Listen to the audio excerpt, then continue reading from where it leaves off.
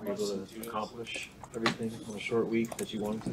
Yeah, we'll see. We'll find out Friday night. I mean, we've followed the plan, so now there's a lot to be done though, really between now and the game. At the end of the day, tomorrow has to be a great work day. Friday has to be a great work day, and we'll get to the game. And one thing we try to teach the players is you prepare through the event. It's an old Al Golden saying that when I used to work for him. People say the hay's in the barn. We don't believe that. As you get in the game, you see how they're playing, you try to adjust. So, we have a lot of work to do. But so far, the guys have worked hard. We'll see. Try to keep picking up steam heading into the game on Friday night. Do you still do your normal hotel routine on Thursday night? Yep. Tomorrow will be just like a Friday. It'll be just like a Friday. You've been spreading the ball around well on offense. Do you like how guys have accepted that, and some games maybe they'll get it more?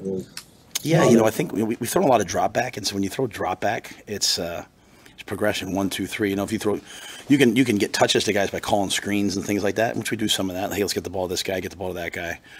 But last game we came out, we had a lot of tempo drop back, right? And Dylan's pretty good in that, right? So when you go to drop back passes, the ball finds the open receiver. They pressured us. He threw the hot swing route, right? They blitzed us. He threw the glance to Isaiah. So, it's a good challenge to have only one ball, right? And if you want to be 50-50, that it's hard to get everyone the ball. I'm sure guys want to touch the ball more. But I thought the Wideouts played really well last week. I thought they got open, and just if the ball came to them, it came. And then Dylan's not afraid to work his way all the way through the progressions. So he's hit the fifth progression a couple times, which is great to see. You guys played a lot of players through 3 games. At what point does that load management become an advantage in games, or has it already done that? Yeah, we've always tried to do it.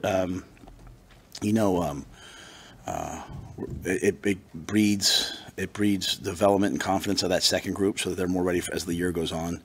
As guys get banged up, other guys were ready to step in, and so now maybe your 3s become your 2s. So at least they've played. We've had 2 guys snap, we've had 2 guys kick. We take it all across the board, right? So I think that builds depth. We don't do it just to be nice, though. We do care about our players and want them to play. We do it to build depth, and also, this is the Big Ten's tough. It's physical. It's hard. It's cold. It's turf. It's it just takes a load on. It takes a load on you, and so this allows us to maybe take some hits off some guys early in the year. But this will be a 4-quarter war. This will be a 60-minute football game, and we'll have to count on our guys to go play.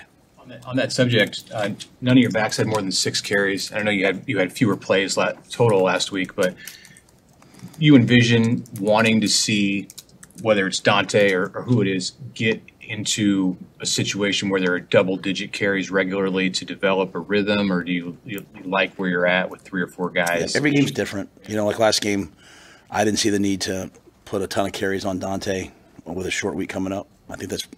And I shouldn't say me, our staff did, and I think that's pretty high-level thinking by those guys, This game's different. As I've said, I'd like to have one guy like in the low 20s, one guy around 15. We're not running the quarterback, so, you're running some other guys, and then obviously we try to incorporate the receivers a little bit into the run game. But I think having one guy at that number, but, as the game plays, we're facing a team that's an elite run defense. They're also an elite pass defense. They're just an elite defense. So each game's a little different. We'll see what we need to do in each game to win.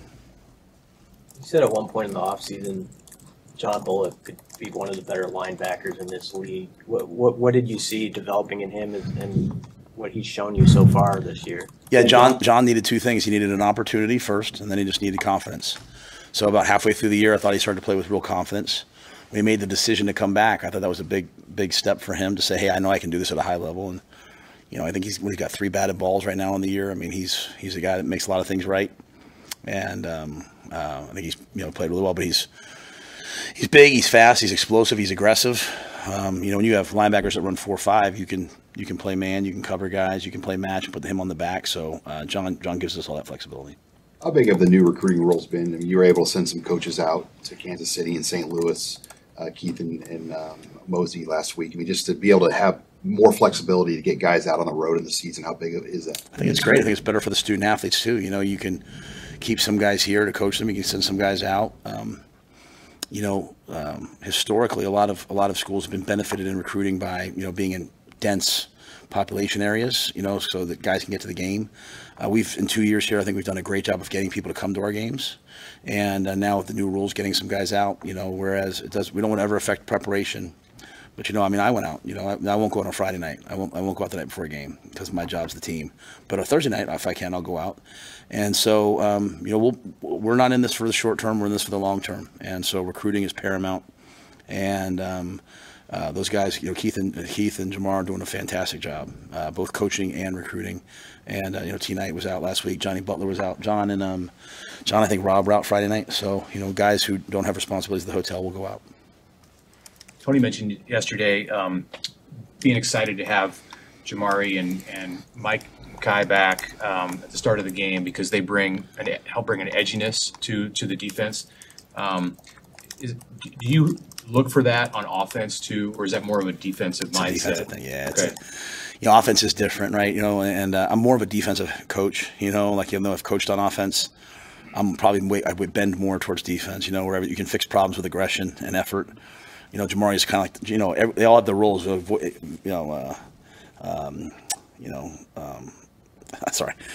Giff is kind of like the voice of the defense. Jamari always strikes me as like the heart and soul of the defense, Marquise is kind of like the conscience. He'll say whatever needs to be said, and they're all kind of have built like a brotherhood around each other. On offense, it's different because, your O-line is so different than like your wideouts. On defense, everyone's yelling at each other. Hey, run to the ball. Hey, let's get the ball out. On offense, you're kind of like, hey, everybody do their job. And so, Ben and Bryce do a great job with the O-line. And then, you have all these different playmakers and guys that go in. And that's really why having a quarterback who's not afraid to say things is and not afraid to encourage guys is really important. I think we've done a good job of trying to empower that. We've tried to shut down that, hey, he's young narrative and say, no, you're the quarterback at Nebraska. That means something. And I think Dylan's done a good job of that. And then you have great teammates. You have Heinrich, who the players have joy for and love. You have Jamal Banks. You have all these guys that the players love seeing. Ramir, love seeing get out there. And so I think it's a different vibe on offense than it maybe is on defense. And that's historical, not just for our team. Urban Meyer and Jerry DiNardo had a clip about how the crowd reacted when Heinrich had that sequence. Was that meaningful to you, just the appreciation that was shown there? I think historically, I know the crowd cheers a little bit more for the kids from Nebraska when they announce their names, which I'll be honest with, I think they're all our kids, so I root for them all. But I do think what Heinrich has done means something to me, right? And he's stuck around and not just accepted a role, but accelerated a role. I think even in the press conference today, I think we maybe minimized a little bit of what Heinrich did. Like, he went in the game in the red zone where we're trying to be a better red zone team and caught an option route. So it's not just like hey, it's a check down. I called it a check down to him and he said that, but he ran an option route, and that's a lot of trust in a close game or not an out of reach game. And that's 3rd and 2. He goes back in the backfield and takes a handoff and gets a first down, right? And then he plays quarterback the third play. I mean, that's a lot of versatility. And so, I didn't see the clip. Keith mentioned it to me this morning, and I respect Urban Meyer more than as a coach more than anyone, and Coach DiNardo more than anyone. It's great that he's getting that a little bit of love, but it's also it adds a threat, it adds a dimension that people have to practice, and if they don't practice it, we have, and then it takes a play off Dylan, it takes a play off someone else. So kind of going back to the comment about the ball, I forget who asked. I'm sorry, whoever asked me. Like, there's a lot of good players on offense. We have to get the ball to them, and so I think you asked me that, Brian. So like getting the ball to different people, and Heinrich fits right in there. Like, we want to get him the rock. It just can't be 20 plays, because we got the ball to this guy and that guy. So it's a fun challenge, but a good challenge. Matt, your experiences are these Friday games. They feel different. There's not college football on all day. And yeah, it's a work day for most everybody. Yeah, I haven't had a ton of Friday. I've had some Thursday games, and when I was at 10, but some Friday. I go back. Yeah, I've had some Friday games. It's just you have to just be a little less stir crazy. We've had a lot of night games, so the guys do a great job of coming over here. Like, we have an optional bus that comes over, and then we come over for walkthrough. Then an optional bus that goes back, so guys can come over longer, and a lot of them do it. One of the challenges on Saturday games is, as you're watching all these other games and maybe teams you're going to play or buddies you have, sometimes you can get emotionally invested in those games. And I always kind of, when we get to pregame, say, hey, none of the other games matter to us. Now start to really focus on our game. There's nothing much to focus on a Friday afternoon. So, we'll keep the same schedule. And so when they go back to the rooms, some of them will maybe sleep. Some of them will watch, I don't know what they watch nowadays, YouTube or whatever, but some of them will do that, be on their phones. Hopefully they'll study their game plan a little bit and be ready to go. So it's a unique challenge, but it's a great opportunity to showcase the University of Nebraska nationally, a home game, our crowd, what I think is the best student section I've ever been a part of. So I want the world to see it, because I can tell you it matters in recruiting. I got recruits that's all, even if they can't come to the games, I'm talking to guys in Hawaii, I'm talking to guys in Florida, and they're like, man, I saw you guys. That looks amazing. So it's another great opportunity for us. What traits of Husker fans have you observed that would make 400 straight sellouts believable? I think loyalty. I think just passion and loyalty. I think the loyalty is not just the sellouts. It's coming that early and staying late. And as I had one fan say to me at one of the events, he said, we come to support all the players. We come to support all the kids. And so we want to watch the guys warm up. And if, when we're ahead against UNI, we're going to stay to the end and watch all the guys play. And, I mean, that's really probably with UTEP. I remember coming out in the second half, and, the game's probably pretty clearly in hand. I look up and I'm like, man, look at this crowd still here. It's just, it's unreal. And so that loyalty, that, that passion, as I've said since day one, is something that, we feel humbled by, and we have to make sure we do our job. So I feel it all the time. I feel like it's tremendous, not a burden in a bad way, but a sense of responsibility to make sure that we're doing our part. And, one of the things I'm proud of about our staff is, if you ever listen to Coach Osborne when he talks about our staff, and he'll say it sometimes in terms of me, but he always says we work hard. And that's all I want. I'm not a guru. I'm not smarter than everybody else. Our coaches aren't maybe smarter than everybody else. Maybe there's smarter people out there saying that they should do this, they should do that. But we work hard. We work hard at recruiting. We work hard at football. We work hard at relationships. We work hard at being part of the campus and the part of the university setting, right? We work hard to be a part of the athletic department. And I think if you can teach young people to work hard, you have a chance. And so that's what our fans are. People in Nebraska work hard. And so we've just tried to come here and have our work ethic match the work ethic of the state. And if you go back to, there was a time this year, a pivotal time when maybe people were a little bit unease, and I put out a video of, Paul Harvey doing The Farmer. That was the video, honestly, that called to me to come here. Like, I just kept listening to that over. And as I walked around the field last week before the game, I listened to that one more time, because we do what we do. I do it for the players first, but I do it for the fans and people second. I want them to be proud of what they see. We might not win every game, but we can certainly play in a way that respects and honors the work ethic of the people that came before us and the people that are in the stadium. Hey, with Mazuka out, who's the number 2 right guard behind him? Mazuka will be dressed and ready. He just won't start. He won't. He'll be out there. Yeah, Lutoski will play, and Michael would be available. I probably said that in the wrong way. He's dealing with some things right now. So, like I said, but he's making some real progress. So practice good today. So he'll be there. And if we need him, we'll go to him. But like a lot of our guys, some guys are dealing with a foot, some guys are dealing with a toe, some guys are dealing with things. Everyone's dealing with different things. So we just are at our best, trying to do our best to be there for everyone where they need us. But he's available. There's still a possibility of rain. Did you guys practice very much, and what do you do to prepare for that?